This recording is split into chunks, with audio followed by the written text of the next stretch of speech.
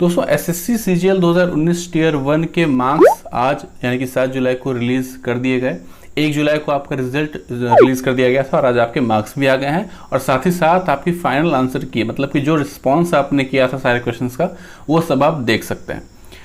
तो दोस्तों जब से ये मार्क्स आए हैं, जब से ये नॉर्मलाइजेशन के बाद जो मार्क्स मिले हैं सब बच्चों को रॉ स्कोर के अलावा, तो इस चीज़ को लेके बहुत ज़्यादा कन्फ्यूजन है। अभी मैंने एक सर्वे स्टार्ट कर रखा है जिसमें आप लोगों में से कई लोगों ने हिस्सा लिया है और अगर अभी तक आपने हिस्सा नहीं लिया है तो डिस्क्रिप्शन में लिंक है, आप वहाँ जाके उसको फिल करके उसमें हिस्सा ले सकते हैं।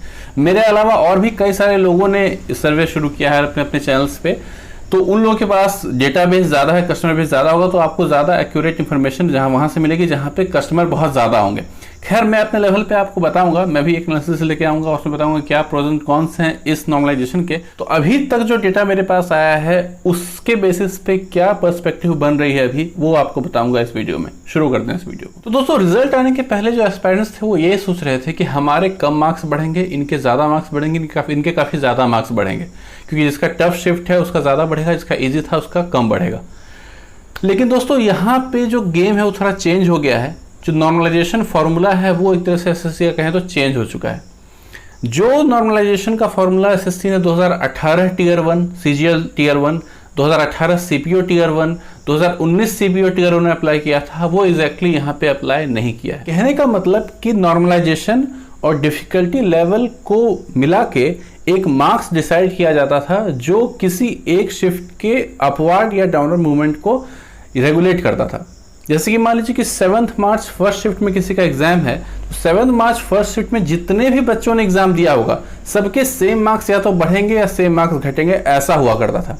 लेकिन इस बार ऐसा नहीं है दोस्तों। सेम शिफ्ट में कई सारे ऐसे बच्चे हैं जिनके 10 मार्क्स बढ़े हैं, सेम शिफ्ट में ऐसे बच्चे हैं जिनके 20 मार्क्स बढ़े हैं, सेम शिफ्ट में ऐसे बच्चे हैं जिनके 4 मार्क्स घटे भी हैं।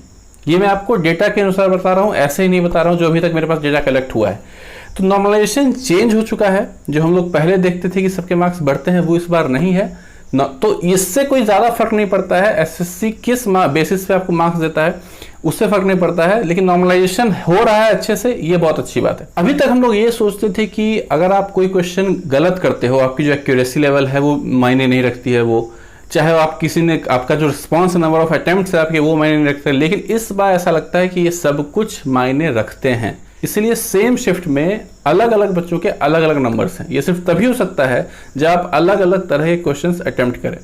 अगर आपने ज़्यादा डिफिकल्ट क्वेश्चन सही कर दिया तो आपको थोड़ा ज़्यादा नंबर अवॉर्ड हो जाएगा। अगर आपने इजी क्वेश्चन गलत किया तो थोड़ा ज़्यादा आपका नंबर कम हो जाएगा। इस बेसिस पे ये फार्मूला काम करता है। डिटेल अब क्या फार्मूला है वो कोई नहीं जानता है, लेकिन जो मैकेनिज्म है, जो बेसिक कंसेप्ट है नॉर्मलाइजेशन का वो ये है इस बार। तो नॉर्मलाइजेशन का जो प्रॉपर मीनिंग होता है तो वो कहीं ना कहीं अब जाके एसएससी ने ढंग से फॉलो करना शुरू किया है। वरना ऐसा भी होता था कि कोई ऐसा बच्चा जिसने इंग्लिश और मैथ कंप्लीट छोड़ दिया और जीके और हिंदी उससे तुक्के मार के मान लीजिए 100 में 100 उसने स्कोर कर दिए उसको, और जिसने चारों सब्जेक्ट्स में 25-25 मार्क्स स्कोर किया, दोनों का वेटेज बिल्कुल बराबर होता था। उसका रॉ मार्क्स भी सेम और नॉर्मलाइज्ड मार्क्स भी सेम हुआ करता था। लेकिन इस बार से ऐसा नहीं है। आप देख सकते हैं कि वैसे बच्चे जिनका सेम रॉ स्कोर है उनके नॉर्मलाइज्ड मार्क्स सेम शिफ्ट में अलग अलग हैं। इसमें बिल्कुल भी घबराने की बात नहीं है, क्योंकि जो best of the best exams जो होते हैं हमारे कंट्री में उनमें जो नॉर्मलाइजेशन अप्लाई होता है तो इसी ढंग से अप्लाई होता है। तो अगर ये आ गया है एसएससी में, एसएससी इस फॉर्मूले को अब अप्लाई कर रहा है तो ये बहुत अच्छी बात है। बहुत ही हेल्दी कंपटीशन को अराइज करेगा। बिल्कुल भी इसमें टेंशन की बात नहीं है। बहुत लोग इसमें लक को दोष दे रहे हैं कि लक मेरा खराब है इसलिए मेरा मार्क्स कम हो गया ज़्यादा, ऐसा कुछ नहीं है। आपका डिफिकल्टी लेवल और आपका नॉलेज ये दोनों मिल के आपका नॉर्मलाइज्ड मार्क्स आपको शो होता है कि आपने कितना स्कोर किया और वो ओवरऑल क्वेश्चन पेपर था उसकी डिफिकल्टी लेवल क्या थी, उसके बेसिस पे आपको मार्क अवॉर्ड किए जाते हैं। यहाँ पे लक को बीच में मिला के आप खुद को फ्रस्ट्रेट मत कीजिए, डिप्रेस मत कीजिए। सब कुछ डिपेंड करता है आपके मेहनत पे। आपने जिस लेवल से मेहनत की है, जितना आपका एक्यूरेसी है, जितना आपकी नॉलेज है, उसी के बेसिस पे आपको मार्क्स मिलते हैं। तो यहाँ लक को ला के कोई एक एक्सक्यूज यहाँ पे देने की कोशिश मत कीजिए, ये सिर्फ आपको ही हार्म करेगा। तो दोस्तों अब बात करते हैं कट ऑफ और सेफ स्कोर की। आपको पता है कि यूआर की जो कट ऑफ है 147 है और जो 1 लाख यहाँ बच्चे हैं वो 1,25,000 बच्चे हैं। जनरली 1,50,000 बच्चे होते थे। तो यहाँ पे एक बेनिफिट यह है, बहुत लोग ये सोच रहे हैं कि हाँ हमें सेलेक्ट होना चाहिए था, हमें सेलेक्ट नहीं किया एसएससी ने। 25,000 बच्चे, एक तरह से उनके साथ एक नाइंसाफी हुई है और एसएससी ने इस बात को बिल्कुल भी एक्नॉलेज नहीं किया है, कोई नोटिस नहीं दिया है इसके रिगार्डिंग कि क्यों उसने ऐसा किया है, क्या वो बाद में 25,000 बच्चों को मौका देगा कि नहीं, इसके बारे में कुछ भी नहीं कहा एसएससी ने। तो हम लोग ये मान के चल सकते हैं कि उन लोगों को मौका नहीं मिलने वाला है, सिर्फ 1,25,000 बच्चे ही रहेंगे। लेकिन यहाँ पे एक चीज़ ये होगी कि पहले क्या होता था कि अगर आपको कट ऑफ से 10 नंबर भी ज़्यादा हैं, फिर भी आप श्योर नहीं रहते थे कि क्या मेरा फाइनल सिलेक्शन हो पाएगा कि नहीं।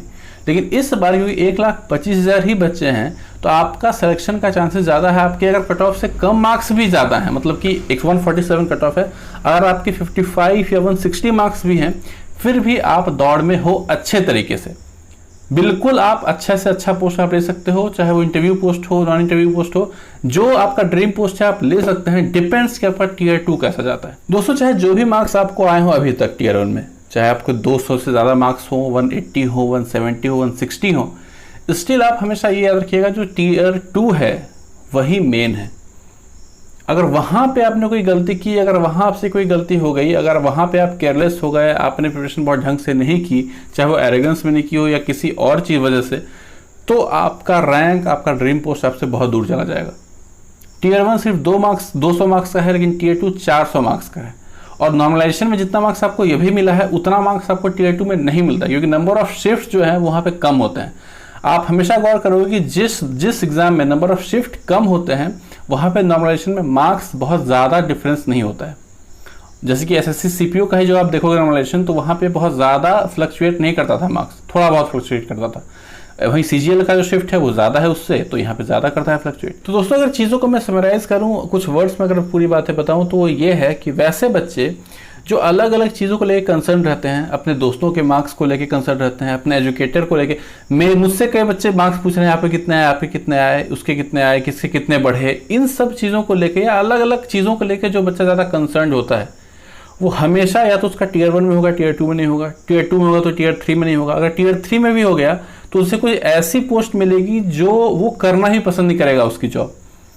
तो जो फोकस्ड होकर पढ़ाई करेगा उसको डेफिनेटली बहुत अच्छी उसकी ग्रोथ होने वाली है। 2020 में जो एग्जाम होगा डेफिनेटली बहुत अच्छा वो करेगा। तो अगर आप इक्वली टाइम डिवाइड करते हो चारों सब्जेक्ट्स में, चारों सब्जेक्ट को आप इंपॉर्टेंस देते हो इक्वली, और आप कंटिन्यूसली मेहनत करते हो, तो जो नॉमिनेशन का फॉर्मूला है वो 2020 सीजीएल टियर 1 में आप देख लीजिएगा कि आपको बहुत ज़्यादा फायदा करेगा अगर आप कंटिन्यूटी के साथ मेहनत करते हैं तो इसलिए ये एक्सक्यूज़ कि लक की ज़रूरत है, अगर लक नहीं है, अगर आपको बढ़िया शिफ्ट नहीं मिला तो आपको अच्छे मार्क्स नहीं आएंगे, ये बिल्कुल झूठ है।